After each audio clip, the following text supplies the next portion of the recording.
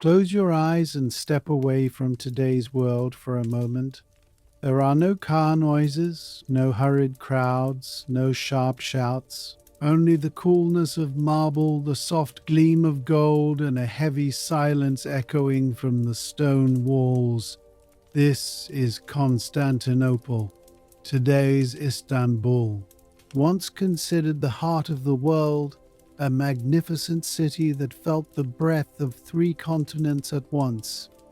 The capital of an empire that never slept, but never needed noise. Byzantium is often remembered for its wars, yet this city represented order more than conquests. Reason before the sword, splendor before noise. Here, power was not only in the squares, it was hidden in the palace corridors, in ceremonial silences, in written laws. Throughout this video, you will hear not the clash of swords, the shadows of thrones, the stories told by golden mosaics, and how an empire stood tall in its most glorious days. Now, we are about to embark on a journey through the glorious age of Byzantium, where time flows slowly. The Byzantine Empire was not merely an empire that grew through territories. What truly made it powerful was its principle of continuity. The order inherited from Rome was combined with the refinement of the East. Constantinople was not a randomly built city. It rose at the crossroads of seas, at the heart of trade routes.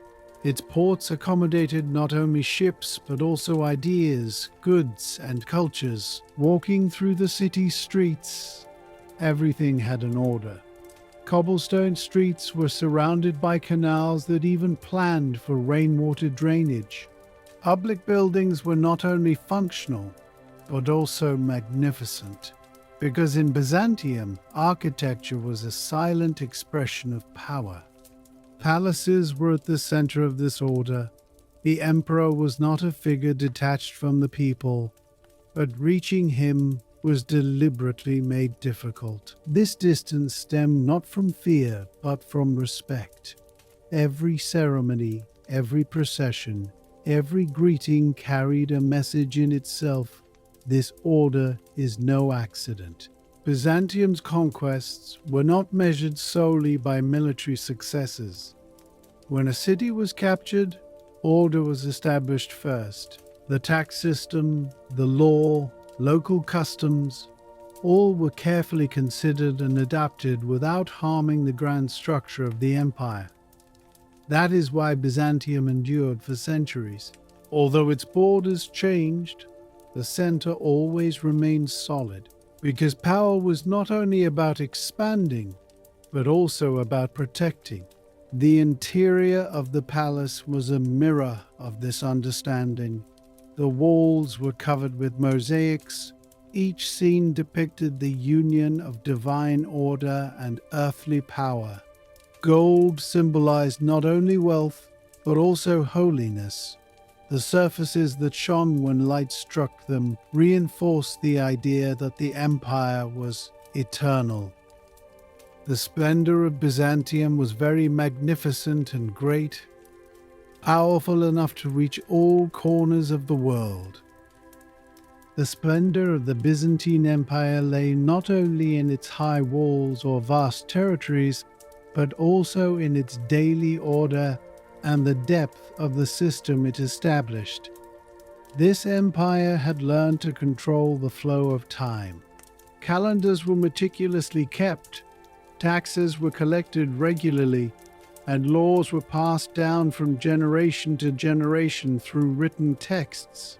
This order, inherited from Rome, had taken on a more refined and sophisticated form in Byzantium. Cities were not only living spaces, but also silent displays of power.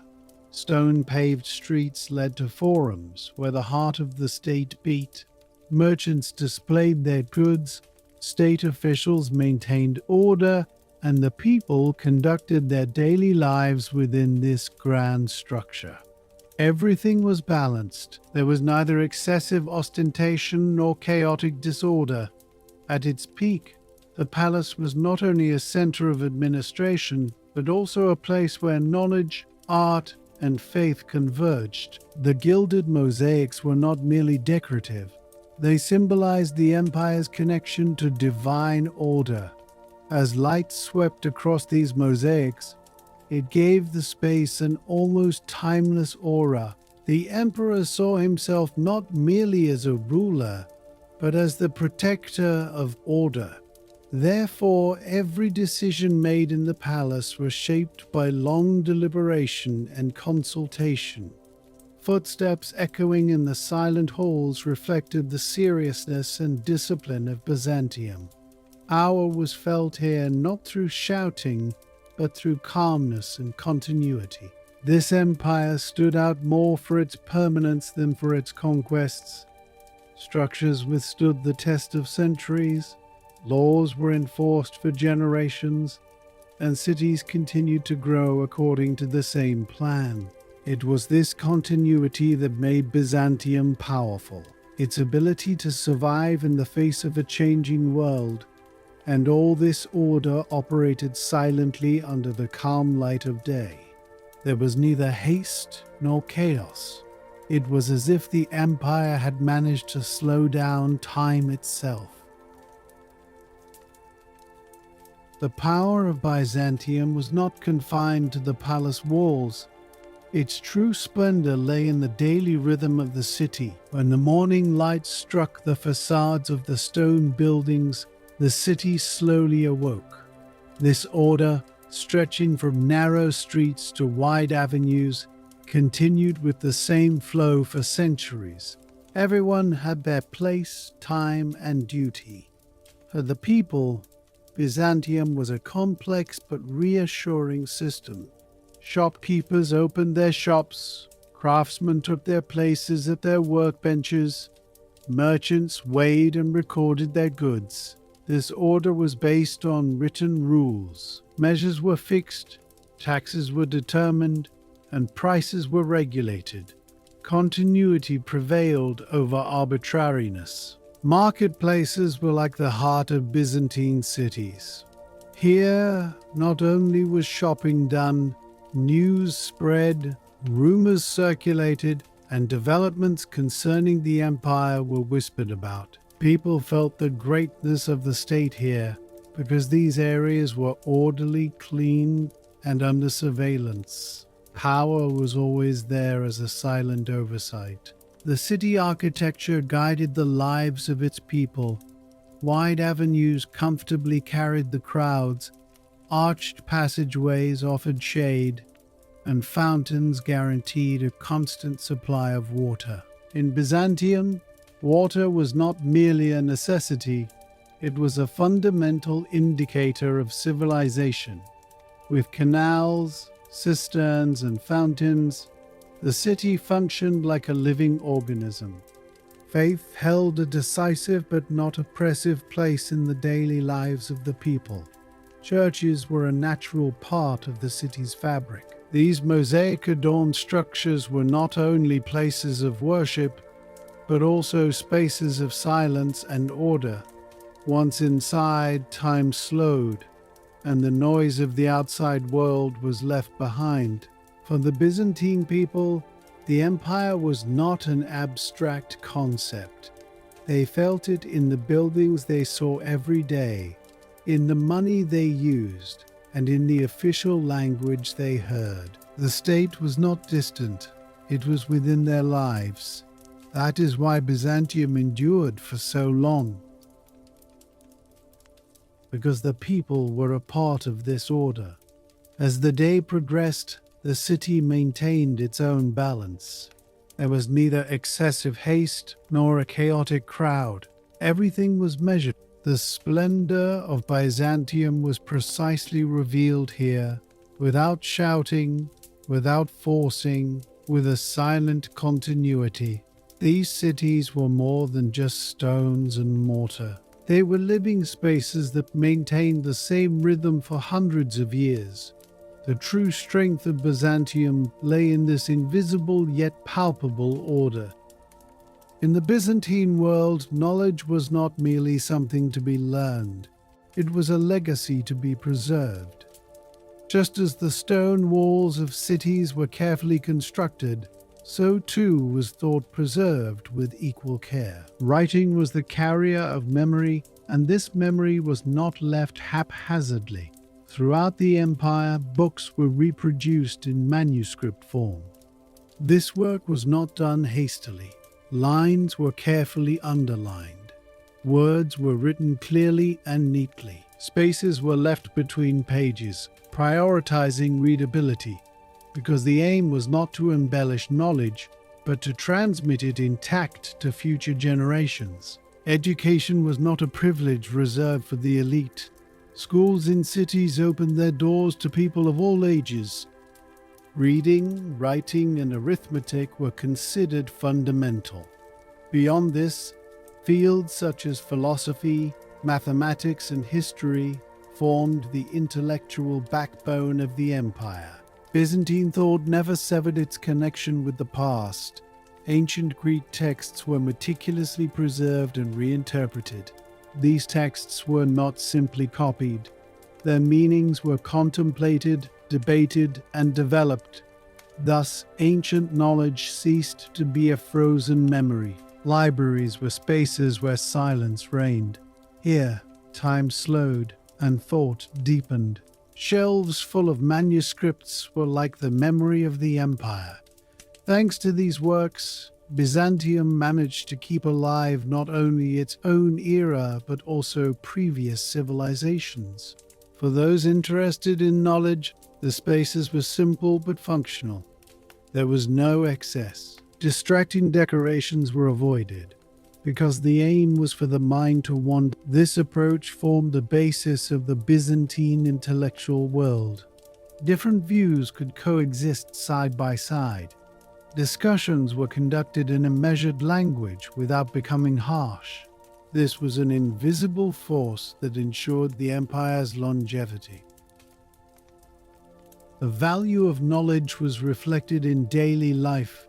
Official documents, laws, and regulations were written in clear language. Being understandable was an element that increased the power of authority. Clarity was preferred over complexity. In Byzantium, thought flowed like a silent river, unpretentious but continuous. This flow was more enduring than the stone structures of the empire. Because ideas were indestructible, they only changed hands, and this tradition of knowledge transformed Byzantium not only into a state but also into an intellectual center. Although cities changed over the centuries, the order of thought endured. In Byzantium, life didn't just flow within the high walls of palaces. The real movement was felt within the city itself, in the twists and turns of the streets and the open spaces of the squares. As the day slowly dawned, footsteps increased on the cobblestone streets. Everyone had a direction, a purpose, but this movement progressed not hastily, but habitually. Marketplaces were the liveliest points of the city. Order reigned here. Sellers arranged their goods in designated areas, each product knowing its place. Spices, fabrics, and handcrafted goods were found side by side. Yet there was no sense of chaos. People talked, bargained, and exchanged ideas. These areas were the center not only of commerce, but also of social connections. The streets in Byzantine cities were not randomly formed. Narrow passages, shaded paths, and open squares were the result of a conscious plan. The direction of the sun, the flow of the wind, and pedestrian movement were taken into account. In this way, the city functioned like a living organism. Houses appeared simple from the outside. Ostentation was usually hidden in the interior. Courtyards were at the center of family life. Daily conversations, communal meals, and small rituals took place in these private spaces. The pace of life slowed in these special areas. The difference between city and home became apparent. Public spaces, however, belonged to everyone. Baths, fountains, and squares brought people together. Here, class differences blurred. Conversations were short but intimate. People knew each other. Faces became familiar. This sense of familiarity made city life more balanced. In Byzantium, the perception of time was in harmony with nature. The day began and was shaped by light. There was no artificial speed. Work was done at specific times and rest came naturally. This rhythm did not tire people.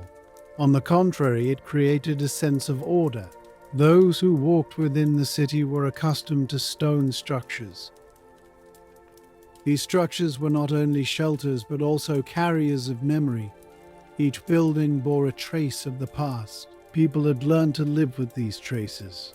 Change was slow, but the power of Byzantium came not only from its administration but also from this daily balance. Streets, markets, and houses formed a cohesive order. Everyone was a part of this system, and this awareness was the invisible bond that held the city together. This life wasn't ostentatious, but it had continuity. And that's precisely what made Byzantium powerful. In Byzantine cities, the existence of structures did not stem solely from a physical need. Stone here was not just stone, it carried meaning. People knew that their environment shaped them, so the connection with architecture was profound. Even as walls rose, order and measure were observed. The structures that defined the city's silhouette gradually blended into people's daily perception. Looking at the domes became a habit. These structures were not just spaces to be looked at, but spaces to be felt. When one entered, the sound changed, steps slowed, and thoughts shifted to a different plane. In Byzantium, faith was not an element standing on the sidelines of life. It was silently embedded in the daily routine. People were not unfamiliar with this situation. On the contrary, they accepted this order as natural. At certain times, the city would become quieter, and at other times, activity would increase. This fluctuation was not artificial, but a learned rhythm. Public places of worship were also meeting points.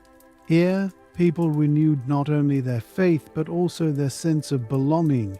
Familiar faces, shared silences, and shared moments strengthened social bonds. No one hurried in these spaces. Time flowed differently. Architecture played a guiding role in Byzantium. The spacious courtyards, semi-open passageways, and the arrangement of interior spaces shaped human behavior. Where to stand, where to speak, or where to remain silent was communicated through the language of the space itself. People had learned to read this language. Light was used consciously in these cities. Buildings displayed a different face at different times of the day. A soft atmosphere prevailed in the morning, a more pronounced one in the afternoon, and a heavier one in the evening. This change transformed the space into a living entity. People did not feel lost within this order. On the contrary, they lived in harmony with their surroundings. The city did not suppress them, it guided them.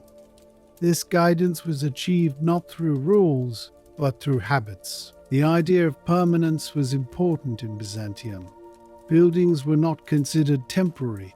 Future generations were taken into account, and it was assumed that everything built would last for a long time. This perspective was reflected in both architecture and human relations. Therefore, Byzantine cities not only carry traces of the past, but also preserve a way of thinking, a philosophy of life. In these cities, one felt not alone.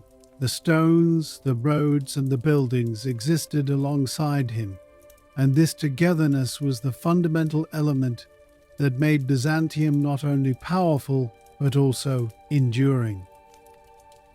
In the Byzantine world, time was more of a felt concept than something measured. Days progressed not by calendars but by habits. People knew the morning was coming from the sky, the weight of the day from the lengthening of shadows, and the approaching evening from the gradual fading of sounds in the city. The city did not impose its own pace. On the contrary, it moved with the people. In the morning hours, doors opened, marketplaces came alive, and streets gradually filled. This movement was not like a rush. It seemed as if everyone knew where they were going and when they would stop. For the Byzantine people, order was not a rigid set of rules, but a learned balance. People passing through the same street knew each other. Faces were not strangers. This familiarity made loud talking unnecessary and made behavior more measured. The interiors of houses were not isolated from the outside world. Windows were opened not only to let in light, but also to feel the city. Sounds from outside became part of the life inside. A distant bell, footsteps passing in the street, or scents carried by the wind connected people to their surroundings. Craftsmen did not do their work solely for a living. Mastery was a process. Repeatedly performing the same action slowed down time. This repetition did not tire the person. On the contrary, it simplified their thoughts. The work of the hand calmed the mind. In Byzantium, learning knowledge was not imparted with ostentation.